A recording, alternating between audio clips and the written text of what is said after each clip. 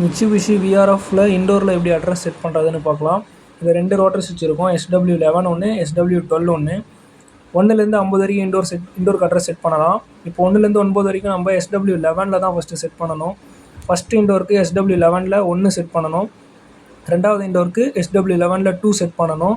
அதே மாதிரி 9 வரைக்கும் SW11 செட் பண்ணணும். இப்போ 10வது இண்டோர் இருக்குன்னா 10வது இண்டோர் வரும்போது SW12 1 செட் பண்ணணும் அண்டு SW11 0 செட் பண்ணணும்.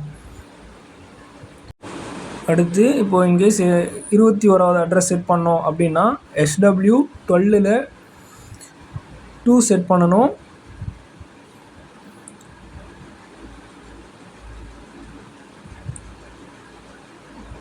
SW12 2 செட் பண்ணணும்.